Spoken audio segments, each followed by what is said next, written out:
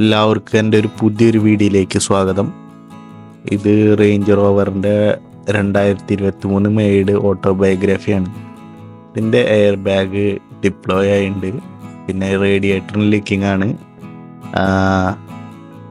പിന്നെ ഇത് വെറും 60 കിലോമീറ്റർ മാത്രമേ ഓടിയിട്ടുള്ളൂ. കസ്റ്റമർക്ക് ഡെലിവറി ചെയ്യാൻ കൊണ്ടുപോയപ്പോൾ വന്ന് ആക്സിഡൻ്റ് ആയതാണ്. ഇതിൻ്റെ ചേസ് അളക്കണം.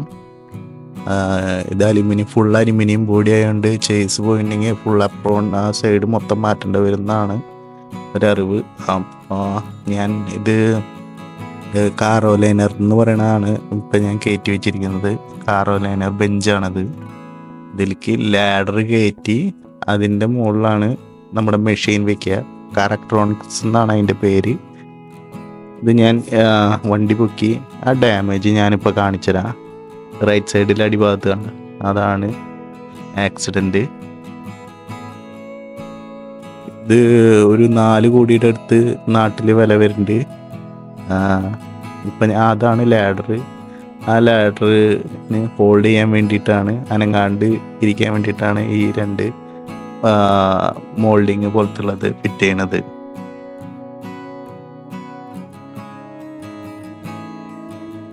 സ്റ്റെപ്പൊക്കെ ഞാനെടുത്ത് മാറ്റാണ്. അപ്പോൾ അളക്കാനും പിടിക്കാനൊക്കെ ഇത്തിരി കൂടി ഈസി ആയിരിക്കും.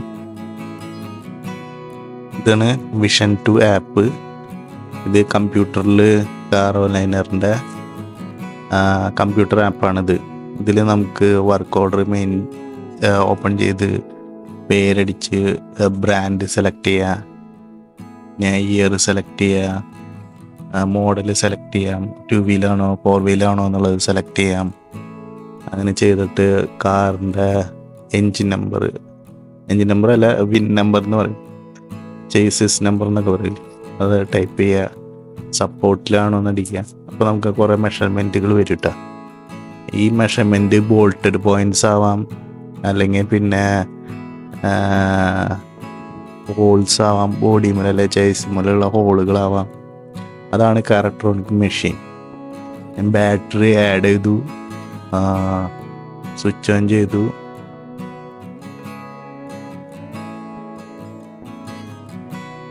അങ്ങനെ നമ്മൾ ഇതിൽ നിന്ന് ഫസ്റ്റ് കാലിബ്രേറ്റ് ചെയ്യണം. എന്നാലേ മെഷീൻ കാലിബ്രേറ്റ് ചെയ്താലേ സെൻറ്റർ ആവുള്ളൂ.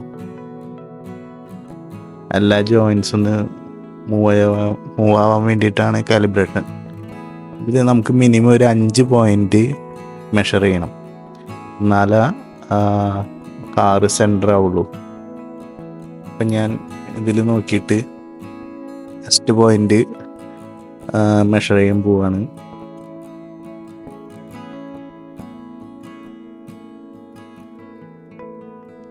സിഗ്സാഗ് രീതിയിലായിരിക്കണം മെഷർമെൻറ്റുകൾ മൊത്തം ചെയ്യേണ്ടത്. അല്ലാതെ ചെയ്യാറുണ്ട്. പിന്നെ ഈ മെഷർമെൻറ്റുകൾ ±3 mm ഉള്ളിലായിരിക്കണം കേട്ടോ. അതിൻ്റെ മുകളിലേക്ക് ആവാൻ പാടില്ല. -4 അത്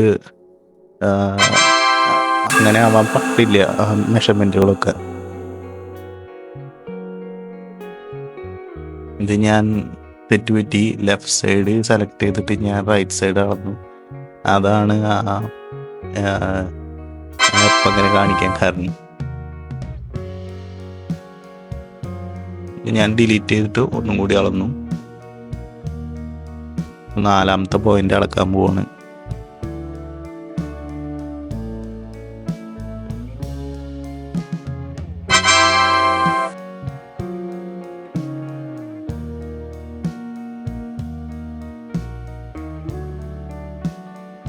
ലാസ്റ്റ് പോയിന്റാണിത്.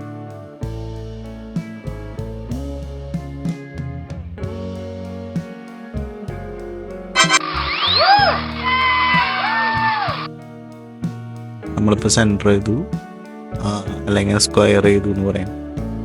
ഇനി നമ്മൾക്ക് വണ്ടിയുടെ ബോൾട്ടഡ് ഏരിയാസ് അങ്ങനത്തെയുള്ള ഏരിയാസുകളൊക്കെ നമുക്ക് കറക്റ്റായിട്ട് മെഷർ ചെയ്യാം, കമ്പയർ ചെയ്യാം, റിപ്പയർ പ്രോസസ്സ് അനാലിസിസ് ചെയ്യാം. അങ്ങനെയുള്ളതൊക്കെ ചെയ്യാൻ പറ്റും.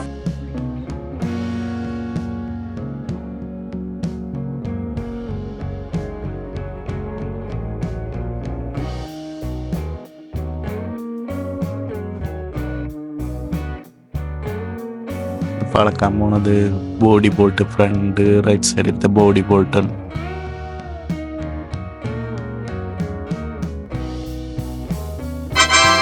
ഏരിയയാണ് കൂടുതലും ഡാമേജ് എടുക്കാൻ സാധ്യത ഉണ്ടല്ലേ. വിഡ്ത്തിലും ലെങ്ത്തിലും നല്ല വ്യത്യാസം കാണിക്കുന്നുണ്ട്.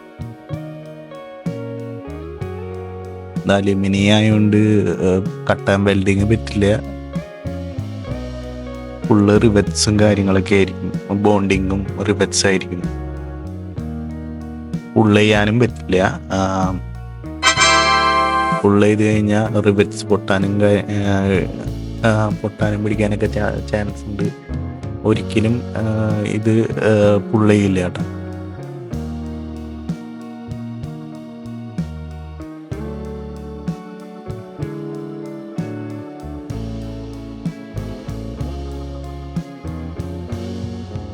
ഇത്രയും കൂടി മേക്ക് ഷുവർ ആവാനായിട്ട് പിന്നിലത്തെ അളവുകളും കൂടി ഒന്ന് അളന്ന് നോക്കുന്നുണ്ട്, അല്ലെങ്കിൽ പാടാണ്. ആ ഇടി പിന്നിലേക്ക് പോയിട്ടുണ്ടോ എന്ന് അറിയാൻ വേണ്ടിയിട്ടാണ് ഞാൻ പിന്നിലത്തെ മെഷർമെൻറ്റുകളും എത്ര വരെ പോയിട്ടുണ്ടെന്ന് അറിയാനാണ് പിന്നിലത്തെ മെഷർമെൻറ്റും കൂടി എടുക്കുന്നത്. പിന്നിലത്തെ മെഷർമെൻറ്റ് എടുത്തപ്പോൾ കറക്റ്റ് പോയിൻ്റാണ്. വേറെ ഡാമേജുകൾ പിന്നിലേക്ക് അധികം വന്നിട്ടില്ല. ഫ്രണ്ട് എൻഡ് പോർഷൻ മാത്രമാണ് വന്നിട്ടുള്ളത്. ലെഫ്റ്റ് സൈഡിൽ വിഡ്ത്തിലൊരു വ്യത്യാസം കാണിക്കുന്നുണ്ട് അതിൽ.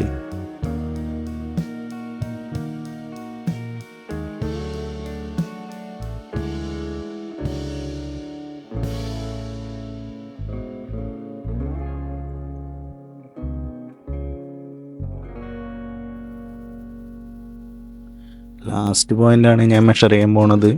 ആ ഭാഗം കൂടി കിട്ടി കഴിഞ്ഞാൽ ഞാൻ കംപ്ലീറ്റ്ലി സാറ്റിസ്ഫൈഡ് ആണ് മെഷർമെൻറ്റിൽ.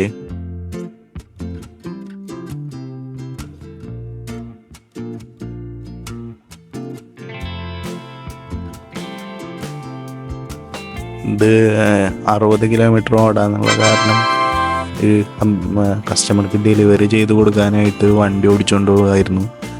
അപ്പോഴാണ് ഈ ആക്സിഡൻ്റ് നൽകുന്നത്. അപ്പോൾ കസ്റ്റമർ അപ്പം തന്നെ ആൾക്ക് പിന്നെ പുത്തൻ വണ്ടി ആയ കാരണം വേണ്ടെന്ന് പറഞ്ഞു. അങ്ങനെ ടോട്ടൽ ലോസ് ആക്കാനായിട്ട് ചേസ് ഡാമേജ് ഉണ്ടെങ്കിൽ അത് കുഴപ്പമില്ല, ടോട്ടൽ ലോസ് ആക്കും. കാരണം ഇത് ചേസ് ഡാമേജ് ആയിട്ടുണ്ടെങ്കിൽ എൻജിൻ ഇറക്കണം, ചേസ് ഫുള്ള് ബോഡിയുടെ അവിടെ വരെയുള്ള ചേസ് മാറേണ്ടി വരും.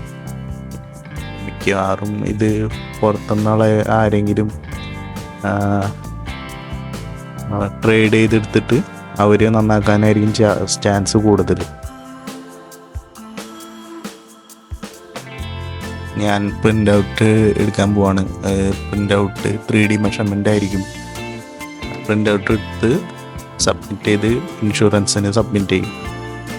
അപ്പോൾ അതോടുകൂടി നമ്മുടെ ഇവിടുത്തെ വർക്ക് കഴിയും. അങ്ങനെ നമുക്ക് പ്രിൻ്റ് ഔട്ട് കിട്ടിയിട്ടുണ്ട്.